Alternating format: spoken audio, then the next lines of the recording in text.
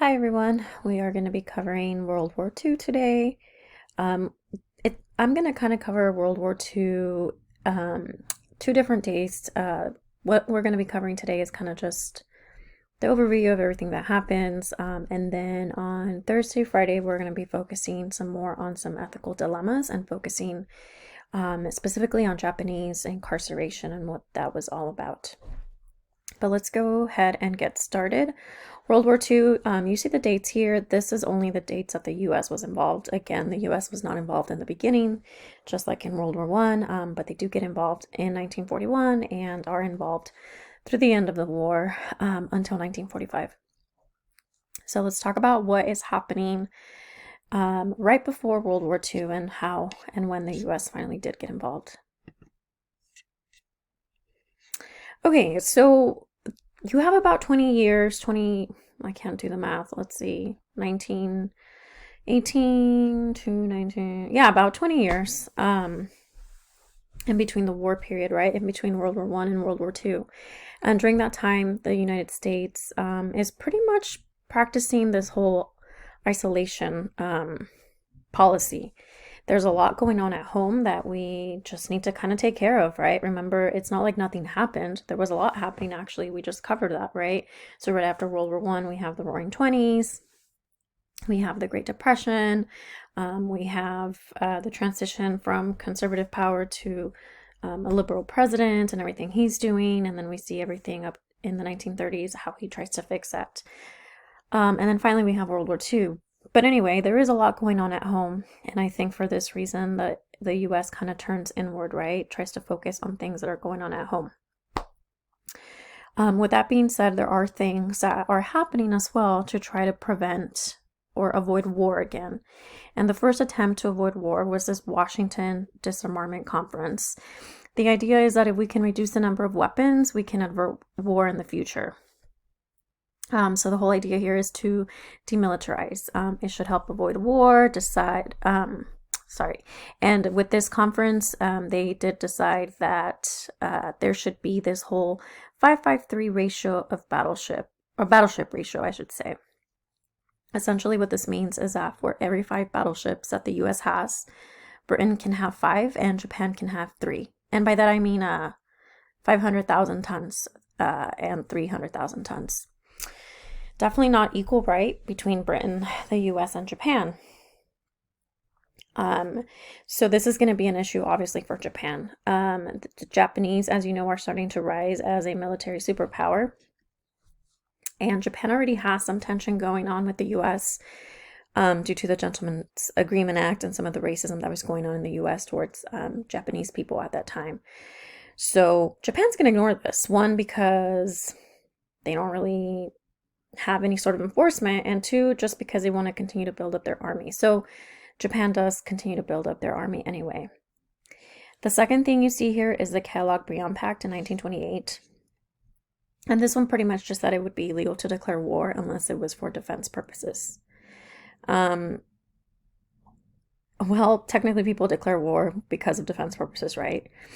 But this is not going to stop anyone from doing something. So if someone breaks this, what's going to happen? Nothing really, because again, there is no enforcement here. Okay. Another reason the US turns inward is because of all the debt that's going on and all the reparations that are happening after World War I. A lot of the countries were hit very, very hard, and the US was the largest creditor nation after World War I. Allies couldn't pay the US because Germany couldn't pay them or didn't want to pay them. Germany wasn't paying back the US either. A lot of the tariffs that US places are going to hurt Europeans, and it's going to prevent them from recovering, and this is going to impact them and it's going to prevent them from paying back.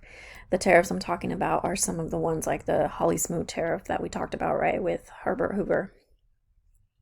The Dawes Plan is just basically, remember this little picture here, where the US bankers will give Germany loans, and then the US gives allies money to support the war effort anyway. So this is basically just a little review from from World War One.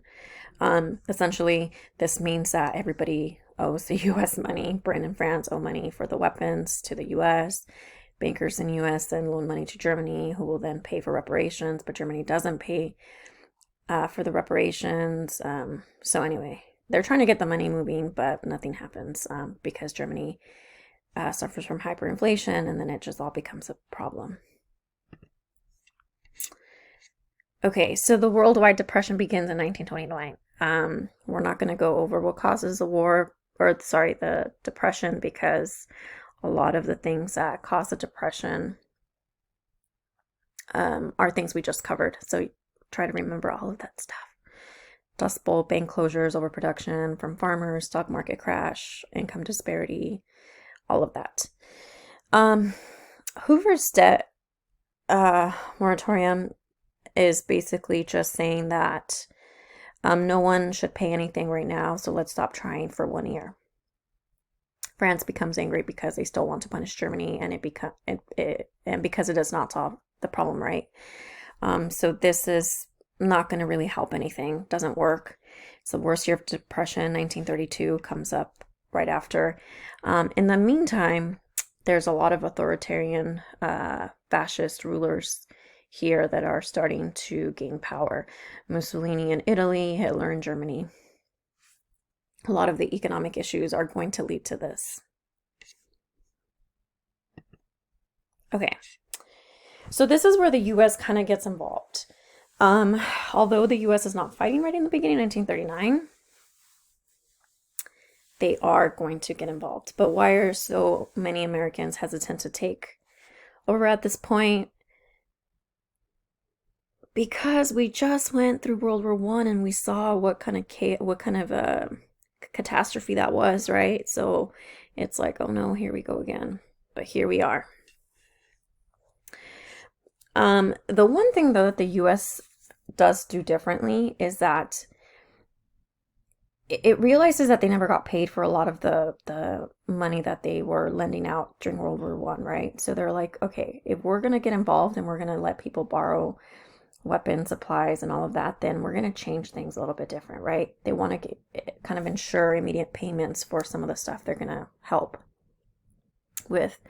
So the very first thing you have here is the cash and carry, and this is September 1939. So basically this one says, okay, look, Britain, if you want to borrow or if you want some of the best weapons to use here against Germany, because Germany is moving quickly and fast, right? They already attacked Poland, and they need to fight Germany with the best weapons possible.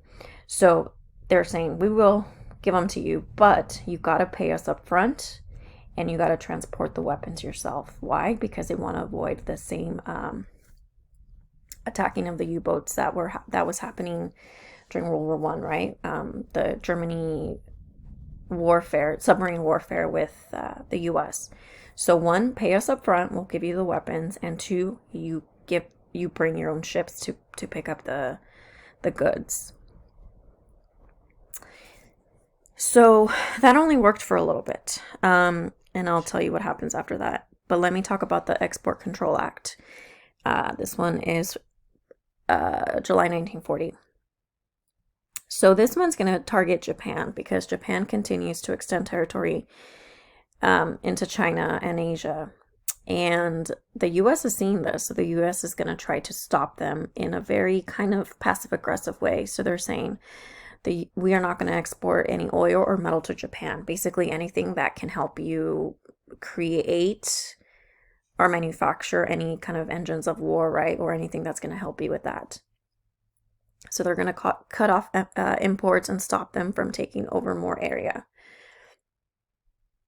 This is a full year before the U.S. gets fully involved, but FDR already saw it coming, right? They're like, we need to start mobilizing because I believe we're going to enter the war.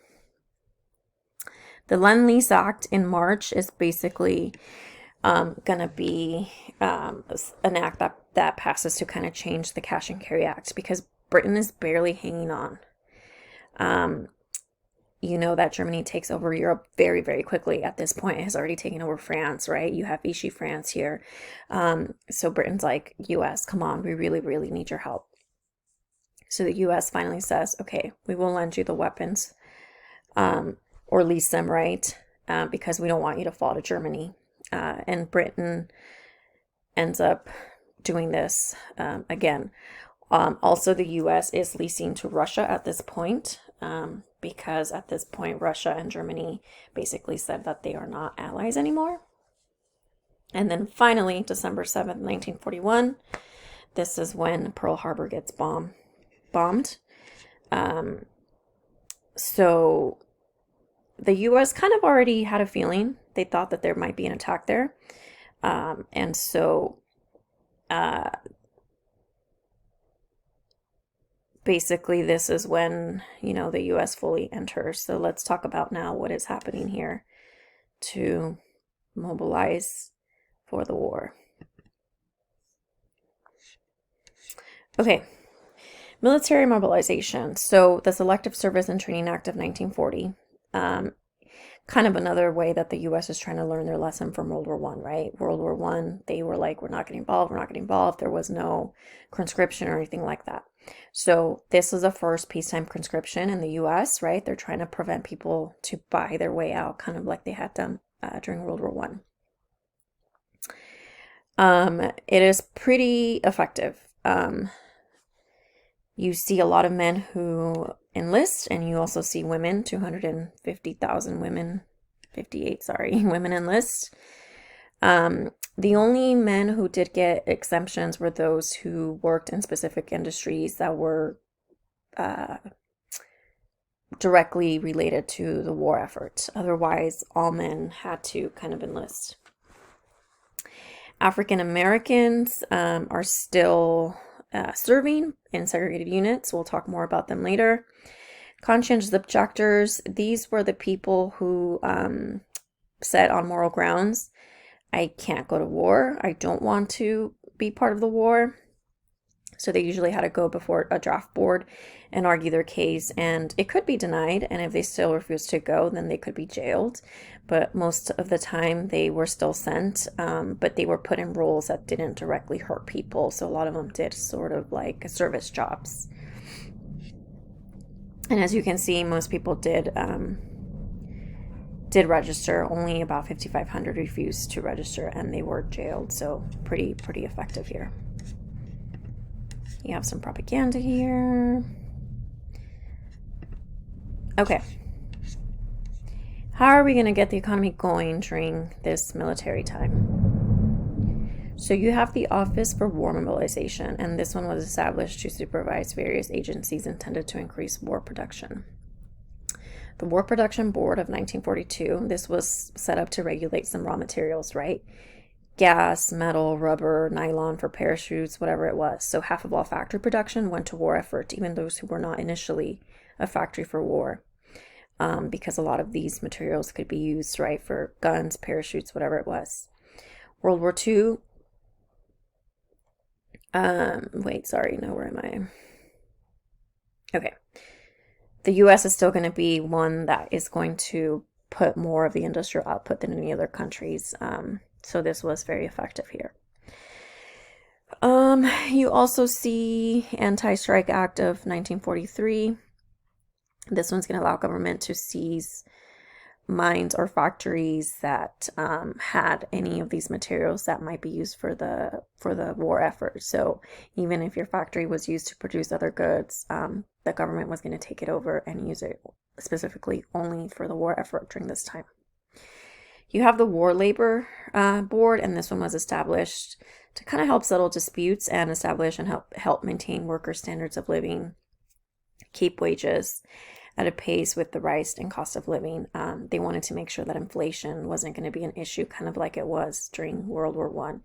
And it was a little more effective. You can compare the rates there of inflation, which are very, very significant.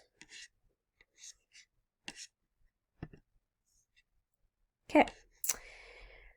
Then we have the Office of Economic Stabilization, or the Office of Price Administration. This is going to be a little bit different than World War One because remember, World War One, everything was kind of done on a voluntary basis, right? And people were pretty compliant. Remember the victory gardens, eating less, like wheatless Wednesday, meatless Monday, whatever it was. And it worked, I think, because we were only involved in the war, for a year, as opposed to World War II when we were involved a lot more, a lot longer. So World War II did not depend on voluntary compliance, but it was more mandatory. So rationing did go into effect. If you had a flat tire, you had to show a certificate saying that you did have a flat tire, that you did need a tire. Otherwise, it was illegal because they wanted those tires to use for the war effort instead. In urban areas, rationing became a thing. So you see things like ration books that contain coupons to limit the amount of stuff you could buy and eat. And you see some of the things here that were rationed off. And this was all done to help and send more to the front. Okay, Rosie the Riveter. She is kind of an icon. And she was born during this era, during the World War II era. And this was part of mobilizing to involve women and to help women join the war effort as well. It was used as propaganda to recruit women into the factories. Over 5 million women end up joining the labor force during the war. It was not well, actually, let me go back. Women wages did increase, but they were still paid less than the male workers. And just like in World War I, after the men return, the women are pressured to return to the home. And this is all temporary.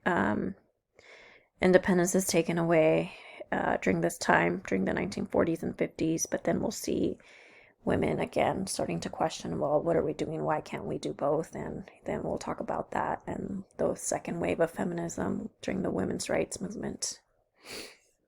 Also, notice Rosie the Riveter. I just want to point out a few things. She's strong, but she's still wearing makeup, right? She still looks pretty feminine. So you might be stepping outside of the home, women, but you still have to maintain your femininity kind of thing, right? Okay. How were we going to pay for the war effort? Well, one of the main things we used was taxation. It wasn't the only way, though. We still had to issue bonds, but taxes did increase.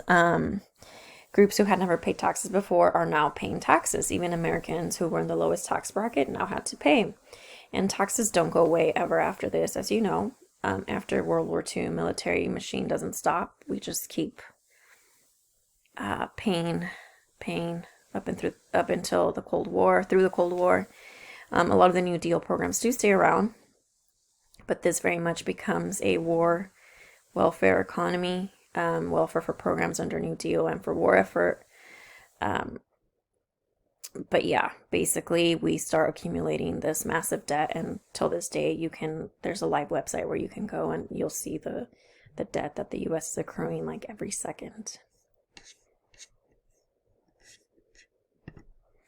Okay, movement within America. You're going to see the Sun Belt starting to emerge here. There's a great migration during, actually, I'm going to backtrack. During World War I, we see the Great Migration when you see a lot of African Americans move to the north, right? Well, during World War II, we see the emergence of the Sun Belt. The Sun Belt is in red. You should probably know this region for your exam. And it is known as the Sun Belt because this is where a lot of the technology factories were set up during World War II and the Cold War. Military bases were set up here, and you also see NASA down here. There are two other belts maybe that you should know as well. Someone remind me to go over these. The Bible Belt. Where is the Bible Belt? And the Rust Belt. Okay. So population is going to shift from the northeast to the southwest and to the south. And there is going to be African Americans that also move here to western cities to follow some of these factories in the Sun Belt as well. So there's more movement as well during World War II. All right, war strategies. I'm not going to go over these because honestly, this is stuff you already learned in core. And as you guys know, I hate battle stuff. I will link a movie though, actually. If you guys are super into this and you want to see World War II from space, I'll let you watch it. I let US History watch it, so you can watch it too, and it goes over some of these great big battles. Um, you will never get quizzed on battles in your AP exam anyway, so you can go over it on your own. Again, you already know most of these. And that's it. Oh, I guess that's it. So that's where we will stop for today. We will continue again with some ethical dilemmas on Thursday, Friday.